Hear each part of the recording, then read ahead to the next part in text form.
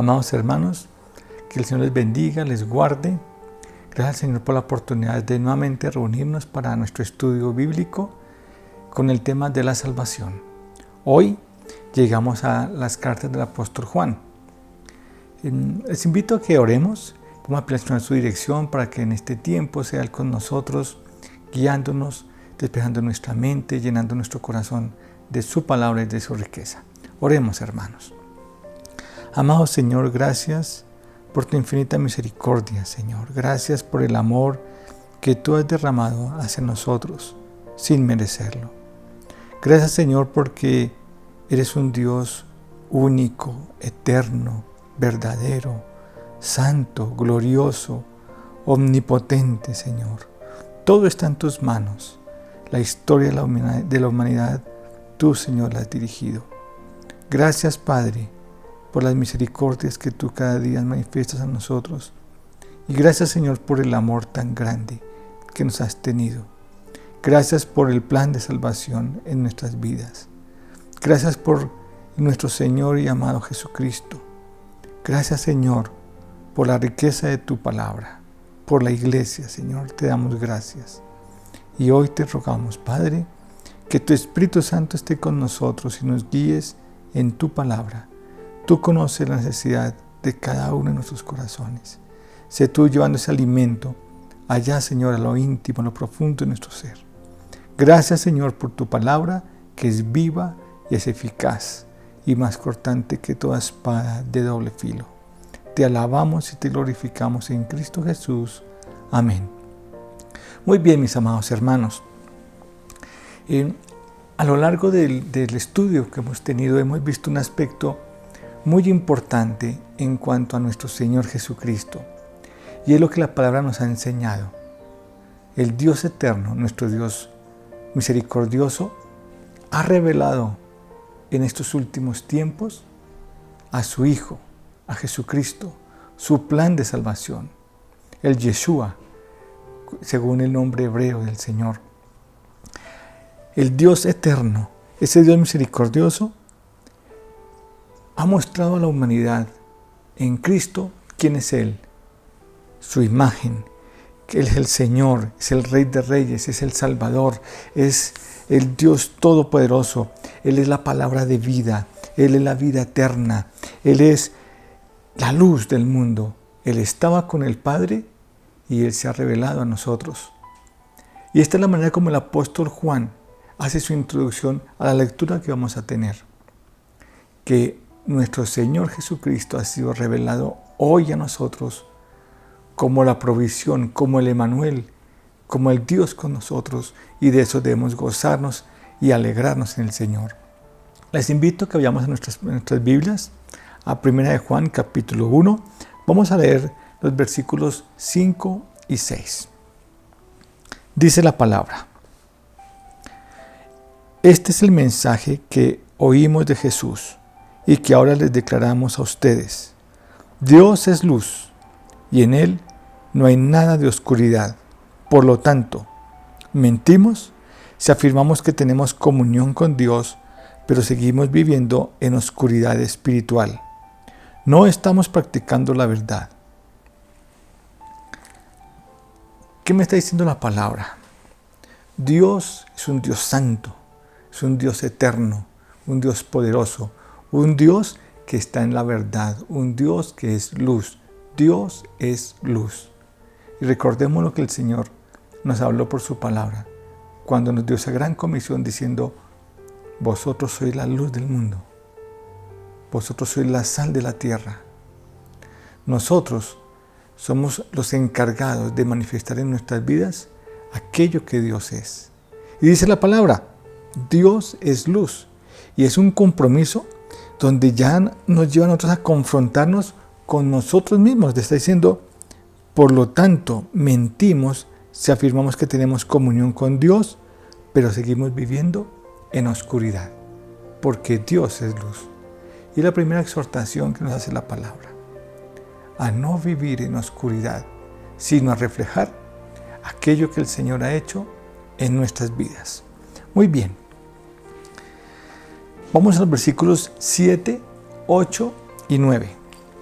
Dice así la palabra: si vivimos en la luz, así como Dios está en la luz, entonces tenemos comunión unos con otros, y la sangre de Jesús, su Hijo, nos limpia de todo pecado. Si afirmamos que no tenemos pecado, lo único que hacemos es engañarnos a nosotros mismos y no vivimos en la verdad. Pero si confesamos nuestros pecados a Dios, Él es fiel y justo para perdonarnos nuestros pecados y limpiarnos de toda maldad. La palabra está haciendo un paralelo. Nos está diciendo, mira, vivo en luz. Como yo estoy en luz, entonces tengo comunión con mis hermanos. Si yo estoy en luz, entonces amo al Señor y vivo conforme a lo que Él me ha mandado. Pero hay una gran verdad, que yo soy pecador. De manera que si yo he pecado, nos da el principio número 1. Confesemos nuestros pecados, porque Él es fiel y justo para perdonar mi pecado y limpiarme de toda maldad. De manera que me está diciendo el Señor que si yo vengo a Él, Él me perdona. Y eso es algo muy importante, hermanos. Porque muchas veces hacemos lo que hizo Caín, que cuando hemos pecado, a cambio de venir al Señor, nos alejamos, huimos, salimos de la presencia. No, mi hermano. El Espíritu Santo habla a nuestro corazón, a nuestra mente, con un propósito de llevarnos al Señor nuevamente, de que confesemos nuestros pecados. Hermano, no tenga temor, al contrario, acércate al Señor. Si has pecado y te das cuenta, inmediatamente confiésalo y dile: Señor, perdóname. Mira, Señor, he caído nuevamente, he pecado. Y el Señor nos restaura porque su palabra lo dice y lo promete. Él me dice: si confesamos nuestros pecados, Él es fiel y justo para perdonar mi pecado y limpiarme de toda maldad. Muy bien. El versículo 10. Vamos al versículo 10. Si afirmamos que no hemos pecado, llamamos a Dios mentiroso y demostramos que no hay lugar para su palabra en nuestro corazón. Y es una palabra fuerte. Hermano, si tú dices que no tienes pecado, si tú no tienes motivo por el cual arrodillarte y pedirle perdón al Señor, o inclusive si en tu corazón no está esa actitud de pedir perdón a otros cuando has ofendido, ¿qué me dice la palabra? Si decimos que no hemos pecado, llamamos a Dios mentiroso y demostramos que no hay lugar para su palabra en nuestro corazón. Hermanos, cuidemos la altivez de nuestro corazón. Cuidemos ese orgullo que muchas veces sale de entre nosotros, que nos hace pensar que somos perfectos. Amados hermanos, que este sea un tiempo de reflexión, donde reconocemos la grandeza del amor del Señor, su poder, su majestuosidad, su infinito amor, lo que Él nos manda, que vivamos una vida justa, una vida correcta, que nos alejemos del pecado, pero también nos llama a que debemos reconocer nuestra condición de que nosotros somos pecadores. De manera que cuando nosotros llegamos al Padre, debemos llegar en humildad, humillados delante del Señor, reconociendo nuestra condición, confesando nuestros pecados y pidiéndole perdón al Señor por esas faltas que cometemos. Estamos en el versículo 10, ahí termina el capítulo 1 y vamos a leer en el capítulo 2 los versículos 1 y 2. Dice la palabra: mis queridos hijos, les escribo estas cosas para que no pequen, pero si alguno peca, tenemos un abogado que defiende nuestro caso ante el Padre. Es Jesucristo, el que es verdaderamente justo. Y el apóstol nos está dando algo muy importante. El apóstol Juan me está diciendo: esto que se está escribiendo tiene un propósito. No peques. No sigas esa vieja manera de vivir. Despójate de ese hombre viejo. No peques. Pero, dice la palabra, pero Si alguno peca, tenemos un abogado que me defiende. Él me está defendiendo ante el Padre. Su nombre, Jesucristo, el Señor. Él es el verdadero justo. Él nos ha justificado a nosotros. Recordemos que al ser justificados es como el juez. Ese juez que en una sentencia saca el martillo y proclama: inocente. Esa es la justificación del Señor. Ahí el Señor nos ha justificado. El verdadero juez mira al verdadero justo. El verdadero justo es nuestro Señor Jesucristo. Nosotros hemos sido justificados por su obra, por su sustitución en nosotros. Él pagó por nosotros. Él es el Cordero que Dios ha entregado en ofrenda para que nosotros seamos justos delante del Señor. Muy bien, esa es una seguridad, una certeza, y nos reafirma, hermanos, vayamos al Señor confiadamente, sin temores. Vayamos al Señor con un corazón agradecido, en humildad, en misericordia, pero también con gozo, sabiendo que Él cuida de nosotros. Versículos 3 al 5. Dice la palabra: podemos estar seguros de que conocemos a Dios si obedecemos sus mandamientos. Si alguien afirma: yo conozco a Dios, pero no obedece los mandamientos de Dios, es un mentiroso y no vive en la verdad. Pero los que obedecen la palabra de Dios demuestran verdaderamente cuánto lo aman. Así es como sabemos que vivimos en Él. La palabra me está enseñando que yo conozco a Dios cuando obedezco sus mandamientos. Que si yo realmente amo a Dios, entonces mi vida lo expresa, lo manifiesta, cumpliendo sus mandamientos. Si vivo en el Señor, debo andar como el Señor anduvo. Es algo muy importante, hermanos, porque muchas veces hemos llegado a pensar que la palabra del Señor me está dando libertad cuando yo digo que soy salvo por la misericordia y el amor de Dios. Por gracia sois salvos por medio de la fe. Y que esto me da una libertad para vivir una vida desordenada. Y aquí nuevamente el apóstol me está diciendo: tenemos un abogado, confesemos nuestros pecados, pero me está llamando también a vivir una vida en santidad, porque soy hijo del Dios viviente. Debo andar como ese Dios, como ese Padre.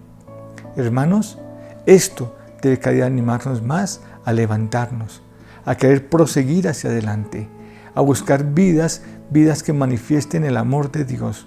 Y algo muy importante, debemos vivir como Jesús vivió. Y ahí está el secreto. ¿De qué manera nuestro Señor vivió? Vamos a los versículos del 6 al 8. Los que dicen que viven en Dios deben vivir como Jesús vivió. Queridos amigos, no les escribo un mandamiento nuevo, sino más bien uno antiguo que han tenido desde el principio. Ese mandamiento antiguo, ámense unos a otros, es el mismo mensaje que oyeron antes. Sin embargo, también es un mandamiento nuevo. Jesús vivió la verdad de este mandamiento y ustedes también la viven, pues la oscuridad está desapareciendo y ya brilla la luz verdadera. El mandamiento que estoy llamado a cumplir, el mandamiento que el Señor vivió, fue el mandamiento de amarnos los unos a los otros como Él nos ha amado. Y cuando leemos este pasaje, dice que es un mandamiento antiguo.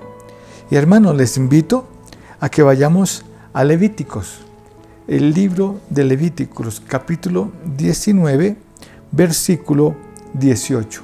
Dice así la palabra: no busques vengarte, ni guardes rencor contra tus hermanos israelitas, sino ama a tu prójimo como a ti mismo.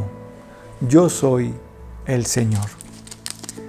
De manera que si nosotros queremos encontrar cómo cumplir la ley del Señor en su totalidad es este vivir, este mandamiento.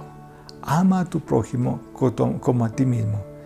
Y como decía en Levítico, diciendo, yo soy el Señor. Hermanos, el Señor nos ha dado un mandamiento que reafirma a lo largo de toda su palabra, que nuestro corazón debe manifestar el amor hacia mis hermanos, los unos por los otros. Muy bien, vamos a los versículos 9 y 11. En este pasaje podemos decir que es la aplicación, podemos decir que es la manera como yo puedo manifestar y expresar esta palabra de vida. Y mira lo que dice: si alguien afirma, vivo en la luz, pero odia a su hermano en Cristo, esa persona aún vive en la oscuridad. El que ama a su hermano vive en la luz y no hace que otros tropiecen. Pero el que odia a su hermano todavía vive y camina en la oscuridad. No sabe por dónde ir, pues la oscuridad lo ha cegado.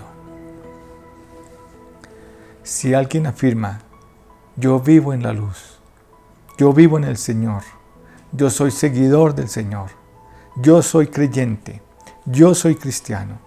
Si alguien está afirmando que en su vida Dios es una verdad, dice la palabra aquí, pero odia a su hermano, como decía en Levítico, que guarda rencor, que busca la venganza, ¿qué dice la palabra? Esa persona aún está en oscuridad. Esa persona aún no está resplandeciendo, aún no está creciendo en el Señor, aún no ha tenido la llenura del Espíritu Santo, aún no ha experimentado en su totalidad la plenitud del amor y el gozo del Señor. ¿Y cuál es esa medida que me permite ver mi crecimiento? El amor a mis hermanos. Si yo odio a mi hermano, dice, aún estoy viviendo en oscuridad. El que ama a su hermano vive en la luz y no hace que otros tropiecen. Hermanos, cuidémonos unos a otros. Muchas veces lastimamos a nuestros hermanos. Y qué triste es esto, que hacemos que algunos tropiecen por actitudes, por la manera en que me relaciono, por mi egoísmo, muchas veces por mi misma condición de envidia. Hermanos, guardemos nuestro corazón. Qué triste que un día estemos ante el Señor y que podamos llegar a ser acusados de que hemos hecho tropezar a alguno. El Señor en el Nuevo Testamento, en su palabra, alguna vez fue muy severo cuando dice, si alguno hace tropezar a uno de estos, los más pequeños, más le valiera coger una cuerda, amarrársela al cuello y lanzarse en un pozo. Hermanos, guardémonos de ser tropiezo a nuestros hermanos y lo más triste, por una actitud de odio, por una actitud de falta de perdón, de falta de misericordia, de falta de amor. Examinémonos, hermanos, y sea el momento que si en nuestro corazón el Señor nos lleva a pedir perdón a nuestro hermano, llamémoslo, hablemos con Él y pidamos perdón. Restauremos nuestra comunión, restauremos nuestra relación personal. Si confesamos nuestros pecados, Él es fiel y justo para perdonar nuestro pecado y limpiarnos de toda maldad. Versículo 11. Pero el que odia a su hermano todavía vive y camina en la oscuridad. No sabe por dónde ir, pues la oscuridad lo ha cegado. El que odia a su hermano es ciego, y un ciego que guía a otro ciego caerá en el hoyo. Hermanos, cuidémonos, porque muchas veces nosotros nos volvemos muy religiosos y empezamos a vivir un evangelio que estamos practicando en obras, en hacer una cosa, en hacer la otra, en querer mostrar santidad de una manera de rituales, pero olvidamos lo que dice la palabra, que si yo odio a mi hermano estoy en oscuridad y estoy caminando ciego, sin saber hacia dónde voy. No debemos de dejar de orar, pero también debemos amar a nuestro hermano. Debemos tener tiempos de meditación y debemos amar a nuestros hermanos. Debemos vivir en un servicio los unos por los otros, en amor a nuestros hermanos. Todo lo que haga, debo hacerlo para el Señor y en amor a mis hermanos como servicio a la iglesia. Esta es una palabra que nos lleva a reconocer que la obra del Señor, su obra de salvación, de misericordia, se extiende a lo largo de toda nuestra vida. Que en la medida que vamos caminando en Él, vamos creciendo en ese proceso de santificación. Pero que mi vida manifiesta ese vivir en luz en mis expresiones de amor a mis hermanos, cuando cuido de ellos, cuando en mi corazón no está el egoísmo, no está la envidia, cuando dejo de juzgar a mi hermano. Es un llamado a vivir una vida que refleja la luz y el amor del Señor. Nosotros somos la luz, nosotros somos la sal, nosotros somos la iglesia del Señor. El fruto del Espíritu en nuestras vidas es el amor. Hermanos, levantémonos con un solo motivo, con un solo pensamiento, que nuestra vida refleje a mis hermanos el amor del Señor, que yo viva en un espíritu de misericordia, de amor, de verdad, de justicia, viviendo en una vida en santidad, pero con una sola fuente, el amor del Señor. Recordemos lo que enseña Corintios. Si alguien va y su cuerpo lo ofrece en sacrificio, pero no tiene amor, de nada le sirve. Si alguno habla profecía, tiene gran palabra, discernimiento, conoce todos los misterios, pero no tiene amor, de nada le sirve. Si alguno canta, tiene alabanza, tiene címbalos, mucho, resuena todo, pero no tiene amor, ¿sí? Es como algo que suena. El secreto de nuestra vida está en que cada acto que desarrollemos, según el don y el talento que el Señor nos ha dado, tenga un principio, el amor de los unos por los otros. Para terminar, les invito a que vayamos nuevamente a Levítico, capítulo 19, versículo 18, y leamos ese pasaje del Antiguo Testamento. No busques vengarte, ni guardes rencor contra tus hermanos israelitas, sino ama a tu prójimo como a ti mismo. Yo soy el Señor. Hermanos, que el Señor les bendiga, les guarde, que esta palabra de vida, de aliento, esté en nuestros corazones. Que esta semana sea una semana de bendición para todos ustedes. Un abrazo en el amor del Señor y el Señor les bendiga ricamente. Les espero para nuestra próxima enseñanza de la salvación y allí en Apocalipsis terminamos este estudio. Dios les guarde y les bendiga en Cristo Jesús, nuestro Señor.